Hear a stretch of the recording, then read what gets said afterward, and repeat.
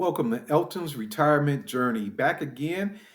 Got a two or three subscribers. So there's some guys out there talking about their retirements in the YouTube community, and they asked for comments. So I commented and told them how much I like the material that they're talking about, and told them about my channel. So they checked me out. So I picked up some subscribers. So I'm real happy about that. And today is Monday, and it's the day before our local elections. And it's a pretty rosy day for me because the stock market's looking pretty good. All the losses from 2022 have been recovered, and some of the investments are doing really, really well. So a couple of the accounts are topping 100 grand. So it looks like I might make it into the $300,000 club. Woohoo! So I'm happy about that. This segment, I want to talk about what's in your makes up your paycheck, and specifically your pay stub. Back in the old days when we were working for people, we used to use something like this.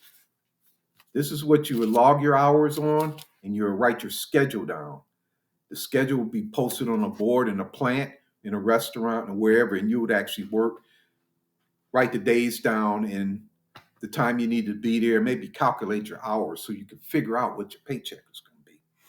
So nowadays it's a little bit different. We went to the little punch thingy. Boop, boop. Now a lot of it's done online, and you need to get it approved prior to the payroll deadline. But what's most important about getting paid is what's coming out of your check on that pay stub. And that's what I want to talk about. So typically, we're going to have our federal income tax, we're going to have our state income tax, and we are going to have something called OASDI, Social Security at 6.20%, 6.2, and then you're going to have your Medicare coming out at 1.45. So any simple job that you work, even if you go out and you do some event staffing like I do, which I worked a real good concert this weekend here in Atlanta, I'm going to have a minimum of 7.65 taken out of my check. They always get the Social Security money out, and later you get the taxes. But for those of us who are still working, there's some other deductions that are very, very critical, and those are your healthcare cost. You have a sharing with your employer where they're going to help you with half. Then you're going to look at your dental, and then you're going to look at your vision. And if you have short-term disability option and a long-term, some employers will pay for both, some will pay for one, and some will pay for none. And that can be very, very helpful as you age and your body starts going through its changes, and you might have to have some surgeries and things like that. That's when these deductions kick in. Number one, if you don't have health care coverage, there is a typical charge for whatever you get. I'm going to use a colonoscopy as example. You go in for a colonoscopy, I looked at my explanation of benefits, it says something like $4,000. That's the bill. Then they say negotiated price might be $2,200. And then there's my deductible and my out-of-pocket expenses, and then boom, that's what you pay. So you need to know about what type of healthcare coverage you're going to cover, because when you stop getting a paycheck, you are now the payroll person and you're the benefits manager. You got to go out and secure these benefits. The next thing is you want to start looking at your dental. In my case, I have Delta Dental.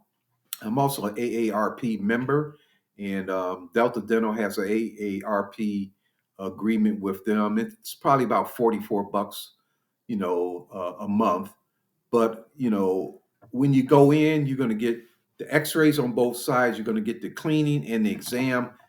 Typically, if you got the good coverage, you're going to walk out and not pay anything. But you got to have the insurance. Otherwise, you're going to be paying a lot more, especially for a crown. So right now, I'm having crowns on my teeth. I used to get the bonding where they sand it down and they put like a bond on it, but they tend to fracture, especially when you're eating like those Tombstone pizzas. I like the crunch on the crust, and the crunchers, potato chips. Anybody that eats the kettle potato chips. Those things are crunching, they'll fracture. So I'm getting the crowns done. So the crowns are 377. That's my out of pocket, but I have insurance. And when you go in, you're looking at this stuff and you're collecting these bills, and it's like, boom, I got to cover that once I'm out of work. Once I don't work no more, I'm the benefits manager. I got to go get benefits. And then the eye care, well, these are $20. Well, $40 last year. The $20 ones I haven't gotten yet. There's something wrong with the lab, and I'm just like, forget it. Either you call me or they won't.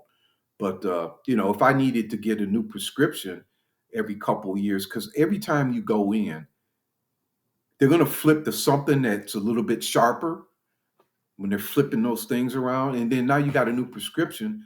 But like these glasses with my prescription, they're close to $900 without insurance. So you got to pay for that as well. And the last but least, you've got the deductions for any other insurance that you might want. Now, for example, myself, I have critical illness as well as an accident insurance because I do private security. I used to do some 1099 work as a security officer at some sites that are under construction. So if anything happens to me, I've got some coverage there as far as getting carted off to the emergency room and stuff. And then in our family, there's been some cancer and some heart disease and stuff like that. So I have a critical illness, and that's with UMA. Now, I've been paying for that for over 10 years, and that's $59 a month. I like insurance, so I'm carrying it now, and I'll talk to them about what's best for me as a senior citizen. But mind you, I'm still working, so I'm looking at this stuff and I'm saying, well, once your paychecks stop, you're on your own.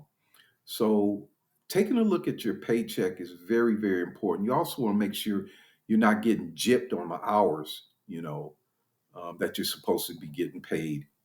And you want to get a feel for what your check normally looks like with an 80-hour paycheck if you get paid every 2 weeks. That way you can budget and put that income into your budget, because once the paycheck stops, the next thing that you got to ask yourself is, where am I going to get the money from? And we're going to save that for another subject.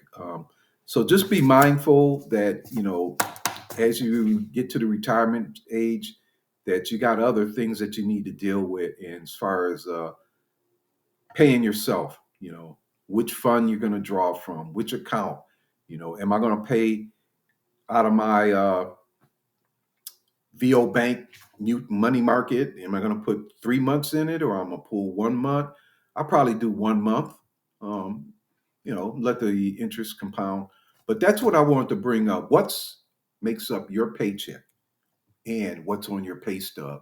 And that's the subject of this one. And I hope this helps, because once that paycheck stops, you got a lot of stuff you got to take care of on your own. And that's what I got for you on this one. Elton's retirement journey. Thanks for listening.